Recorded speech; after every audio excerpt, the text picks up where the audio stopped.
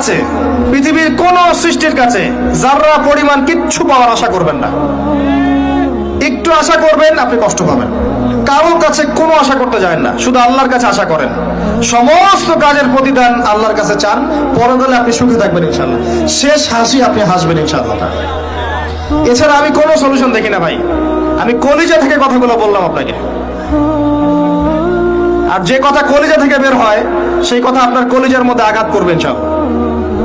সব কাজ শুধু আল্লাহর জন্য করেন, কেউ আপনার আপন না। আল্লাহ ছাড়া কেউ আপনার আপন নয়। আপনি ভুল করবেন যদি আপনি অন্য কাউকে আপন মনে করেন। আপনার পলিটিক্যাল লিডার, আপনার প্রশাসনের স্যার, আপনার পরিবারের স্ত্রী, আপনার সন্তান, হাবি হাবি যা যা আছে, যদি মনে করেন আমার আপনজন, আপনি ভুল করবেন।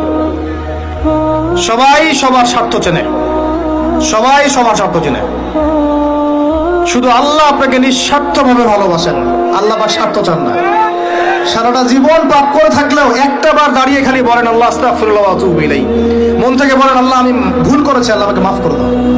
এক মুহূর্তের মধ্যে আল্লাহ পাক আপনার সমস্ত গুনাহগুলোকে নেকিতে পরিবর্তন করে দিবেন ইনশাআল্লাহ। আল্লাহ ছাড়া কেউ নাই আপন। আল্লাহর জন্য খালেস করে ফেলেন নিজেকে, তার দিনের জন্য চেষ্টা করেন। তার দিন আজকে অবহেলিত, তার দিন আজকে অপদস্থ। সারা বিশ্বের বুকে আজকে মুসলিমরা নির্যাতিত, নিপীড়িত। দিনকে এগিয়ে নেওয়ার জন্য কিছু করেন। আপনার ক্ষুদ্র ক্ষুদ্র প্রচেষ্টা ইনশাআল্লাহ আগামী দিন ইসলামের বড় বিজয় নিয়ে আসবে।